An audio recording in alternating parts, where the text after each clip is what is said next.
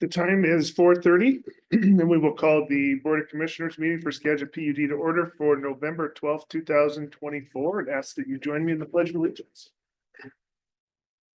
I pledge allegiance to the flag of the United States of America and to the republic for which it stands, one nation, under God, indivisible, with liberty and justice for all.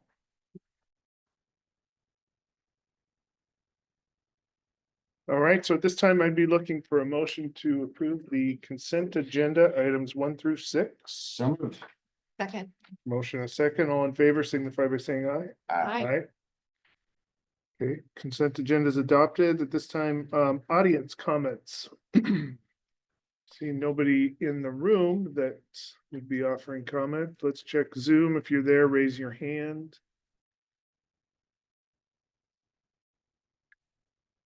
And seeing nobody there, we will move on to the general manager's report. George. All right, thank you, Commissioner. Good afternoon, everyone.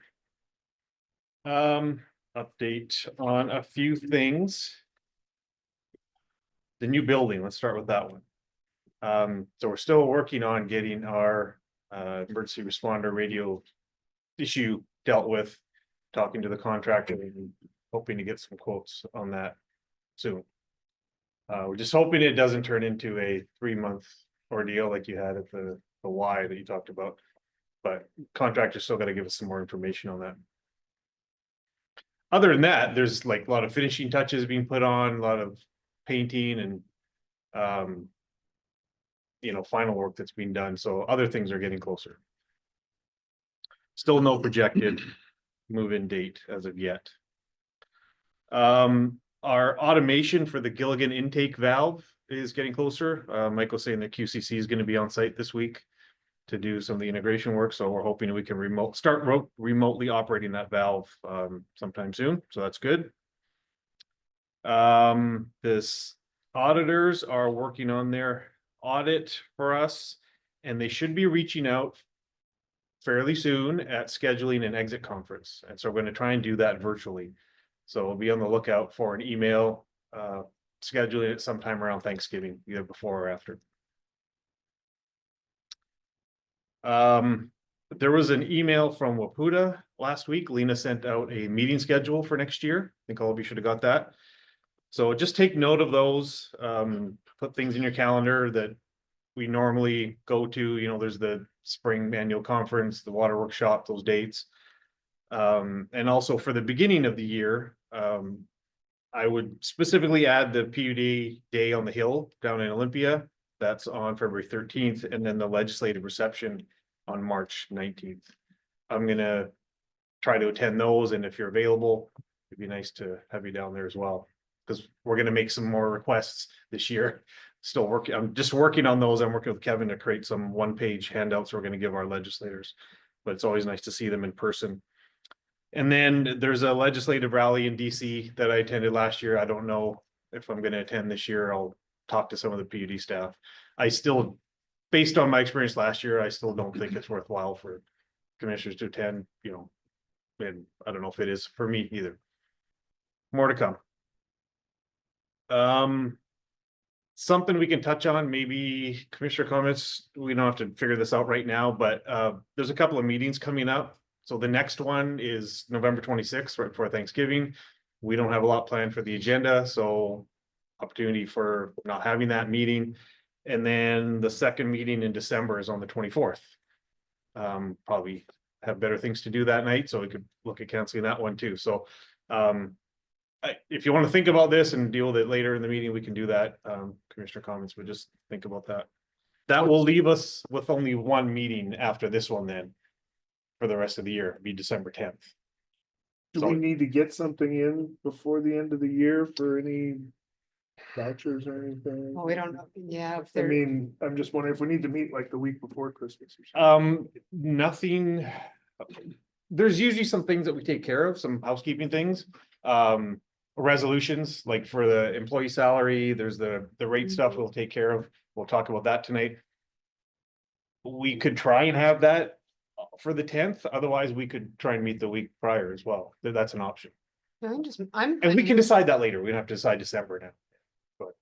Well, I would like- no to the 24th. I'd rather get it decided. I mean. I'm Yeah, okay with I- deciding it yeah, now. It's always nice that if there is a target to hit and it's the 10th, if we can have any resolution, and if there's spillover, then we can adjust. I think, and Yeah, then we can have do that that. meeting, have the next Okay. Tuesday as an option, as an optional If we meeting need if it, need Yeah, be. 17th, so Yeah. December 17th, if needed, Yeah. we can But talk I- about yeah, that. And what's your pleasure on Thanksgiving week? Well, neither, I wouldn't, I don't. I feel see- like we've been meeting a lot. And so let's resolve this and then have our regular first meeting in December. Ooh, I'm fine with that. So you might want to wait on that decision until the end of this meeting. If we resolve all this stuff That's true. Well, We'll make an That's why- official motion to cancel if. Later. At the end. Right, okay. But yeah, Yeah. December, I agree. Okay. Having the flexibility of adding. we'll that keep to the 10th. December 17th, we'll keep in our pocket, but we can cancel the 24th. Yeah. Yeah. That's all that I had. Okay. So at this time, we will move into new business, not really new business, but new to the agenda, adopting the 2025 calendar year budgets. And Brian. Thank you, commissioners. Yes, tonight is another scheduled time to answer questions, go through the changes that we've done in the budget and the memo. I highlighted the 5 or 6 changes, tweaks, basically, that we did to the budget. 2 on the CIP, we're just moving money from 2024 into 2025 on those projects, no change in dollars and overall dollars, I should say. And then we did end up reducing operational expenses by about $116,000 for those 4 identified changes to the budget. But really, it's another opportunity to answer any specific questions, look over the final ones, make changes, corrections, and then we can talk about the rates and the resolution. Because we need to adopt the rates, this is the first year after the 5 years that we had planned out all the rates. We included the tables with the 5% increase, and we're basically proposing that we would apply that 5% increase to all of the rates rather than using the cost of construction index, any other indexes, inflation, moving averages, anything like that. We drew them up specifically, including those. Part of that was designed after the last conversation about system development fees.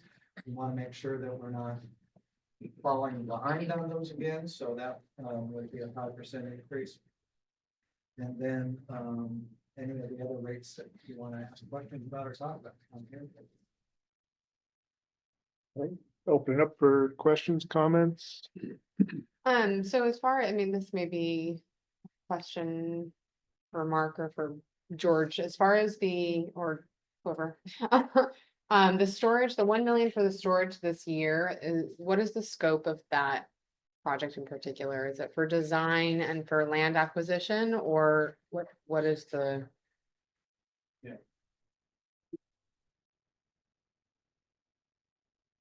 You're referring to the North Burlington project.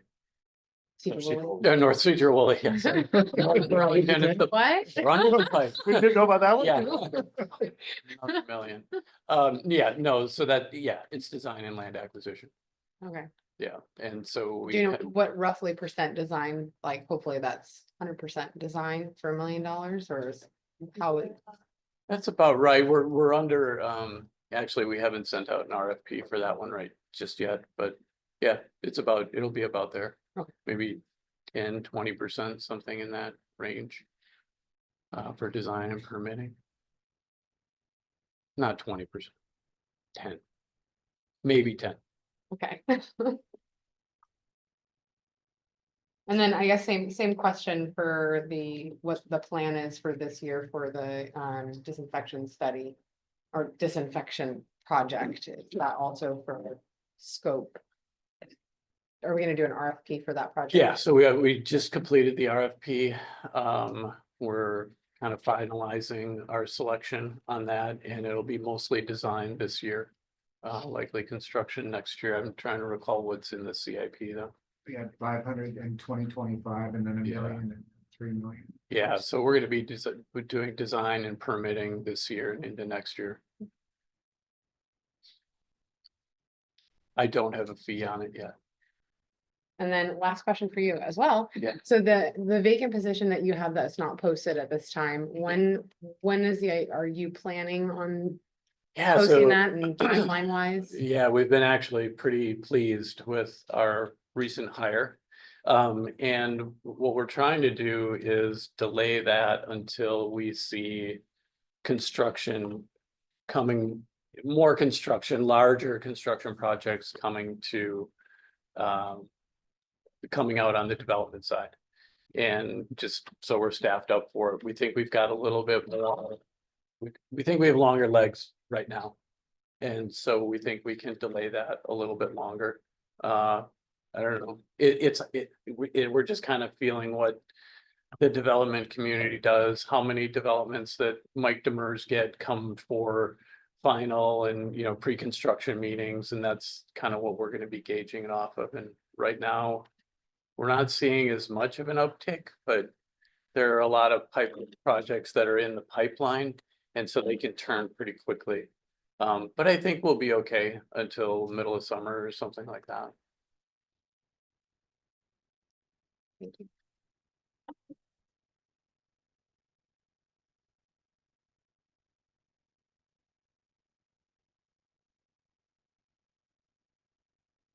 Continue.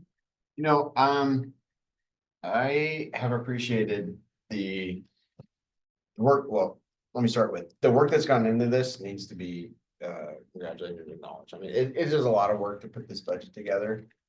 As a commissioner, I like that there's so much of both the philosophy and the strategy that we put forward as well. And I know this sounds like, in a word, I feel like this is something that positions us to do a lot of the things in the future based on some of the things we don't know. One of the jokes that I appreciate for strategy is, don't tell me your strategy, tell me your budget, and I'll tell you your strategy. The same can be applied to a budget. Don't tell me your budget, tell me your revenue, and I will tell you your budget. And I know that a lot of that has gone into this, and there's some variables that we can't account for. But this feels like it positions us very well for the future, and that hasn't necessarily been a strength coming from this bench in the past, but I know it's one that we're committed to moving forward. And so that's a long way of saying thank you. It feels like a very good approach to doing the things that we want to do moving forward. Yeah, and I echo that sentiment, and I think, you know, when we did the FCS study too, you know, there was talk about, were we gonna go 10 years and go that route, and I think we settled on the 5, but the proposal from FCS at the time was 5%, and I think we're in a pretty good place considering the inflationary environment we've been operating in the last 4 years. So I think, you know, it is a 5% rate increase, but at the same time, I think we've been good stewards of the ratepayers' money here, so. Yeah, the only thing worse than a rate increase is a yo-yo rate increase, right? Where you're 30%, 25%, 17% because you didn't do it. And so it's better to stay in front of it. Yeah, better some eustress than distress in terms of like, we acknowledge that there are increased costs. Yeah. And we unfortunately, the cost of running a well-run public utility has gone up, and so are our rates. That's the Fred Meyer conversation, at least. I appreciate the level of detail that we went in our last meeting. I felt like it helped to make some of the tables that were in here, marry them, and kind of help to explain them, because sometimes there might be major department changes and overall budget or specific, gosh, what are they called? Line item numbers, but being able to marry those two together and actually see where everything is coming from is very helpful. And I have really appreciated the time that's gone into that. I definitely am someone who enjoys going into the weeds and understanding the in and outs. this is my passion. Water and wastewater is my passion. Utilities is my passion. And I appreciate that you guys are willing to help me understand the trajectory of our utility and help be part of making sure that we're making sound financial decisions for the future. I know that there's more detail that I'm excited to get into, and I appreciate George taking the time to do that in these coming weeks, but looking just very briefly at our overall increase of 6.7%, 5.6 of that is wages. And the other little under 1%, is that what we did? Was insurance costs. So just those two alone are a majority of our costs. And I think it is important that we value our employees, and there's a lot of utilities out there that are falling behind in their wages too. And they're struggling and becoming a training ground, and that we don't want to find ourselves there either. Well, I guess So- for our philosophy, we want to be the employer of choice in our industry and in our community, and this is again a budget that supports that. Which too often we hear people where you'll have executives will say one thing and then do something else. You know, in our position, we do want to say what we mean and fund what we need, and that's what this does. We didn't bring forth a typed up resolution with everything in it, just because I thought there, based on our discussions, there's still possibility of, adjusting either the SDFs or the rates or one of the charges or tables. But we'll prepare the resolution. If we make a decision today, we'll prepare it based on the direction, and then we'll bring that forward at the next meeting, whenever that is. Then have you sign it then, so. I think the SDF conversation, you and I spoke earlier today, and I think that conversation is going to be the fruits of what we end up deciding is the trajectory for our pipeline replacement plan and what ultimately the capital improvement plan is going to look like. I mean, that's going to guide, like you said, tell me your budget, but also we need to figure out what does our budget have to be in order to ensure that we're maintaining our infrastructure. So it's both, I think, have to be decided on, and then we can figure out which lever we're going to be manipulating, whether it's less pipeline replacement because we don't want to do that amount of debt or what have you. But I think we need to stay on the current trajectory that we have in play and then reevaluate when we've made the next decision. If that makes sense. So this gets us there, right? This keeps the 5% across the board for everything. Except for that one rate at 8.5. Yeah, for the higher tier. Tier 3. It allows us to continue the pipeline conversation, and then we'll get into. Brian can lead most of the financial plan conversation around rates and SDFs and those things, and we can do all that next year, and then we can decide on a multi-year increase if we choose to do so. But this just, it gets us there without doing any kind of yo-yo. So we thought it was best just to leave it consistent across the board. So that's what's in the budget. So if you decide to leave everything at 5%, all the changes, then you could just approve the budget the way it is because it's built in. If we wanted to adjust anything, we should adjust those first, and then that would just be reflected in an updated budget. So, I think looking at where the construction cost index is running. And, I think just stick with the 5% with it being a little lower right now. it's 3.1. Yeah, I so think I it think, was, I yeah. think just sticking with the 5 makes the most sense here. Yeah. So procedurally, if Joe calls for a vote, we'll approve the budget and then adopt a resolution the next meeting. At the next meeting, yeah. So I guess we would entertain just a motion to approve the budget as presented. So moved. Second. Motion and a second, all in favor, signify by saying aye. I Aye. All right, so at the next meeting, we will have the resolution to adopt. Thank you very much. Thank you.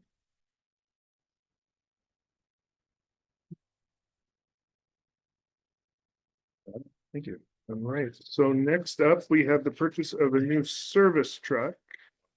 So there's a caveat in this memo. This is included in the budget. So since we passed the budget, it includes this. So Mike will still talk about what it is, but we put it in here separately just in case the budget didn't go through, then it was a commitment to go ahead and purchase this truck early. Good, because I just need another reason to complain about how expensive, Trucks are? The vehicles? Yeah, I know. Thank you Although- for finding a cheaper option. Yeah. So I know all these conversations about service trucks, dump trucks, and all that kind of get mixed into everything here, but last week we went to visit our service truck that we ordered in February of 2021 that is now cabin chassis and body both in the same shop side by side for the first time. So we went down to pick out some of the details, make sure all the changes were made and whatever we needed to get done so they can marry that truck up that we ordered 4 years ago, almost 4 years ago, and hopefully we'll have that here by the end of the year. So that's one of the service trucks. So in the 2025 budget, I put 125,000 in for another service truck, which is not the same type of service truck. So that day on the way back from the bigger service truck, I had the construction superintendent and one of the mechanic and one of the lead construction people with me. I said, let's go to Blades on our way back and look at the truck that we're talking about buying for next year, see if it still fits the bill. So being over there and nosing around, they had one that was everything that we need. And I wrote Zane and asked him how I could do him a favor and take it off the lot for him, since it's been sitting there for a while, and he gave me a price that's 20,000 cheaper than the one I kind of got a quote on in July, just for a budget number. So yes, this truck will fit the bill just as well as the one we looked at in July, and it is a lot cheaper. And I'd just like to kind of lock it down before it leaves the lot. And then again, like George said, it was in for next year's budget. Kind of like when we ordered the dump truck, sometimes you gotta just Are you Move. are you gonna get this one before the one you bought in 2021? it's a possibility if I get a check from Brian tomorrow, yeah. It's a possibility it might come in at the same time, yes. So yeah, sometimes you just pivoting and trying to save money, sometimes you gotta move the money up or around or whatever, so. This will work out great if we can make that happen. Well, I greatly appreciate you being able to, like you say, pivot and be flexible and find what best serve your guys' needs, but at the same time, really with the budget in mind. Yeah, and things have, $20,000 is a substantial amount of change. it is, and things have changed for us the way operation wise too, where 30 years ago, we used to have a big service truck and a trailer and a backhoe to go fix every leak, everything we did. Well, now with the Vector and things like that, we can get by with a different type of fleet. So this is going to get us into a situation where I think this truck can be used more readily and handily, and we can maybe put a small trailer behind it for the 20,000 we saved. We could buy another trailer and still tow some of the machines we have and not required to have the bigger machines that we buy. So it's about adapting and being flexible and trying to use our money the best we can. So that's the effort. Great. Well, thank you. Do we need to Do we need to make do anything, a Brian? motion? I don't think so. I guess it still comes down to when we're actually gonna get it and pay for it. Right. When we're so close to the end of the year that, It's in the budget for next year. It's already included as an expense, so. But for us, we're just keeping track. It's moved forward by a matter of weeks or days. at the end of the year. Yeah. And then, So yeah, I think we're good. It's a budget. if nothing else, I have to put $500 down to hold it and pay for it after the first, or invoices after the first, or whatever we work those Right, details out. yeah. All right, Thank you, Mike. So yeah, thank you. right. Okay, next up, Mark, are you gonna talk to us about the change order with InPipe? Can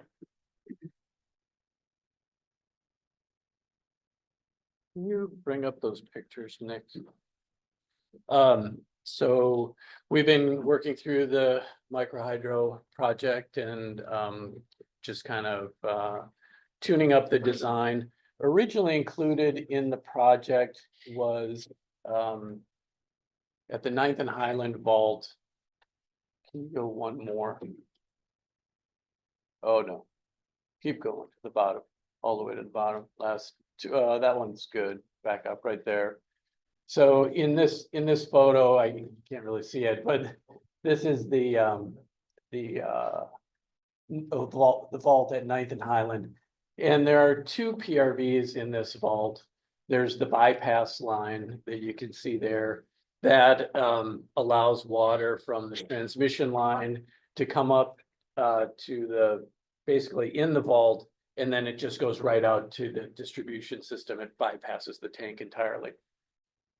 There's another PRV there, the main PRV, that reduces the pressure going into the tank. So when we get transmission line pressure and we drop it down to 214 and it goes into the 9th and Highland tank.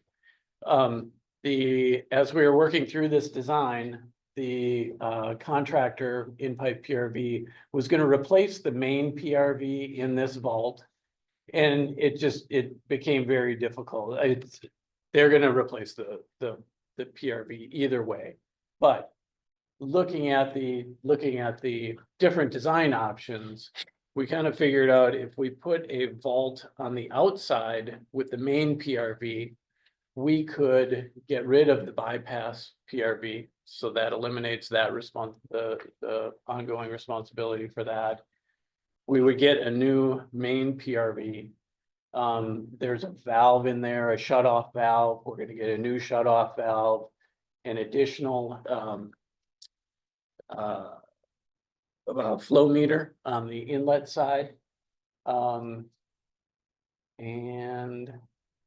I guess the check valve is going to remain the same. So we were just looking at this as, well, here's an opportunity to replace these 1970s vintage infrastructure, get it under this PRV vault, and try to take advantage of the grant.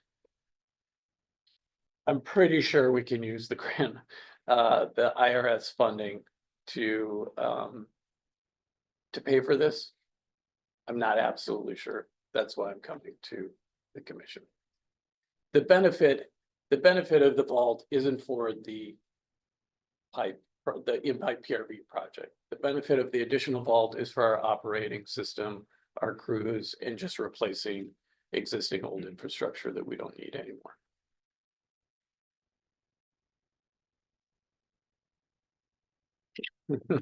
That's a lot of money. It is a lot. It is a lot of money. It's a lot of money. Yeah. Again, it's about, replacing this existing vault, the function of it, removing the equipment from the older vault, simplifying it. We're reducing the amount of infrastructure we have and replacing really old infrastructure at the same time. What would it take to find out if that work is applicable to the EPA or would fall under the EPA grant? I feel like we need a legal opinion, to be honest with you. We've looked at the code. We have a memo from the contractor who, works with these energy grants. They talk about the ways that the reimbursement can come through to a nonprofit or non-taxable organization like ourselves. So we actually file a tax refund for this to get cash back from the IRS on the project. But it lays out where that's included in the tax code. And I guess would need some sort of final opinion. And even then, I don't know if I'm 100% certain that it will be covered until we file for it and get it. Till we've got the cash. A lot of Doesn't uncertainty. help. I'm sorry. It What's makes me nervous. What's the timing on this? And again, that's where I'm going back to. I'm going back to less about the InPipe project, more about just regular maintenance and operation, economy and scale. We're here, we're digging there. Instead of reconfiguring the old vault, which is what we will have to do, that's included in the contract. We would have to pull out this PRV, put in a smaller PRV, put in some additional SCADA in there. Instead of reconfiguring the old jalopy, we just put in a new vault, and it does cost a little more. What's the timing on this? So we've already ordered the InPipe PRV. We need to start moving on this to get materials and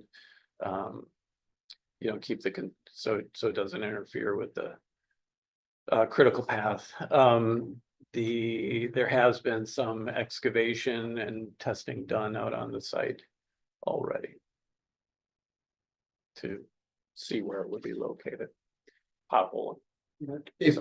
If we weren't in there already working on this, where would this fall on the priority list for the CIP? Are there other vaults that are on this list, or is this kind of? Yeah, I don't, it wouldn't, I think it would be operational and it wouldn't be very high.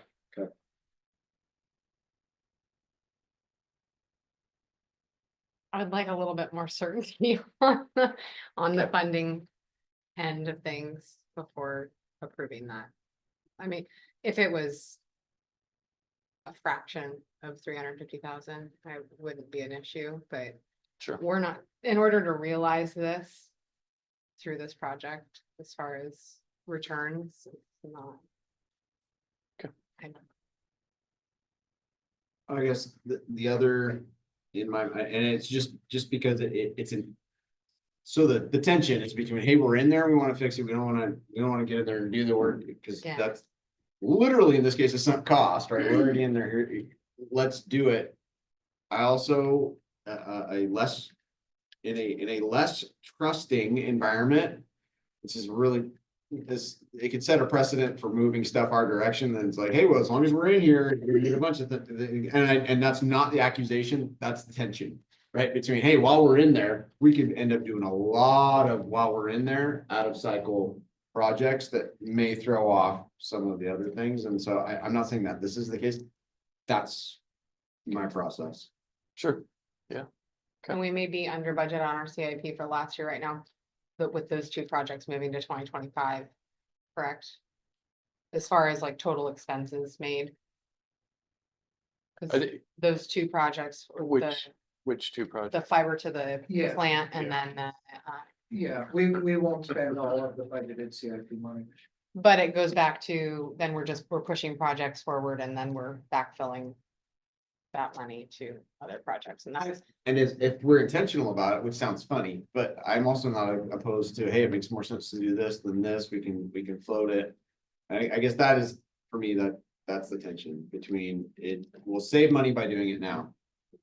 Because eventually we're gonna have to get in here and redo this vault anyway, and it's not going to cost less 3 or 5 years down the road, or should this fail, then I guess that's what I'm wrestling with. I hope you understand that a little bit better. Well, I think part of that is correct. Okay, so tell me if it's true or not. I'm mean, sounding this out, because I don't know. In principle, like. Part of that is correct. We're there, right? Yeah. We're gonna be monkeying around in this old vault. So I guess the point is, you know, when I think of our operators having to go down there Mhm. and maintain old equipment and new equipment together, when we could take whatever money's going into that vault already, move it outside and make it a better environment for them. You know, it seems like the thing to do, and get it paid for under the grant. I think if it was more assured, there would be no. And I agree, problem, But that makes a lot of sense. But are there times when things come up where we say, we're here now, Mhm. as long as we're here, let's, you know, we've got everything dug up, let's do it. I just hate repairing something. I hate going and doing something in an old, on an old asset that doesn't really function that great as is. And then just, you put more money in it and then you say, well, we just spent another, you know, $50,000 on that. We got to stay here and fix this and keep it going. Sometimes you just got to jump off and, you know, move to a new place. Well, and I think So- once you put in the InPipe unit, I don't think we want to be messing around at that too much anyway, once we spend all the money to put this thing in. So what I I'll mean, do, what's your timeline that you need an answer from us on? well,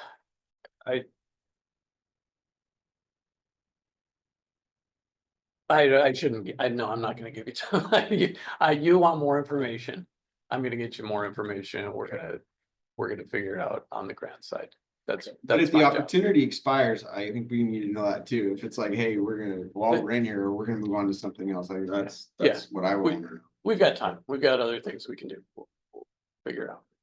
And then moving forward on, say there is another project like this, I would definitely like to ensure that we initially scope with that in mind, so that if there are other funding sources, so that when we approve something, that we have exhausted all funding sources, Sure. then understood that, like, hey, we are already in there, we already know that the condition is this, and then, I mean, this conversation probably would have been a lot different. Yeah, in retrospectively, we can't Oh, go yeah. back, but absolutely, yeah. If we, and that's part of the contingencies we build into the preliminary design, right? We put out a preliminary design, we put on a, 50% contingency. And because we don't know everything, we don't know all the design elements. And sometimes those catch up with us, but yeah. That's it. Okay, I'll come back with additional information on the 17th. does it need to be before? December, So December December 10th. tenth, is that too late? Or do we need to meet the Thanksgiving week? No, we don't need to meet the Thanksgiving week for Okay. this. Yeah. Okay, Thank thank you. Couple of informational items in there.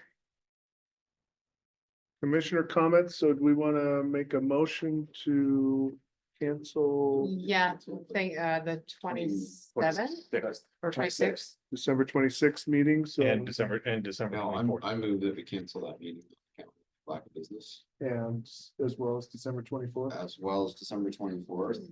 With a contingency on the 17th? Should business arise on the 10th that could not be resolved on the 10th, we needed 17th. Okay, so that's your motion. Second. Second.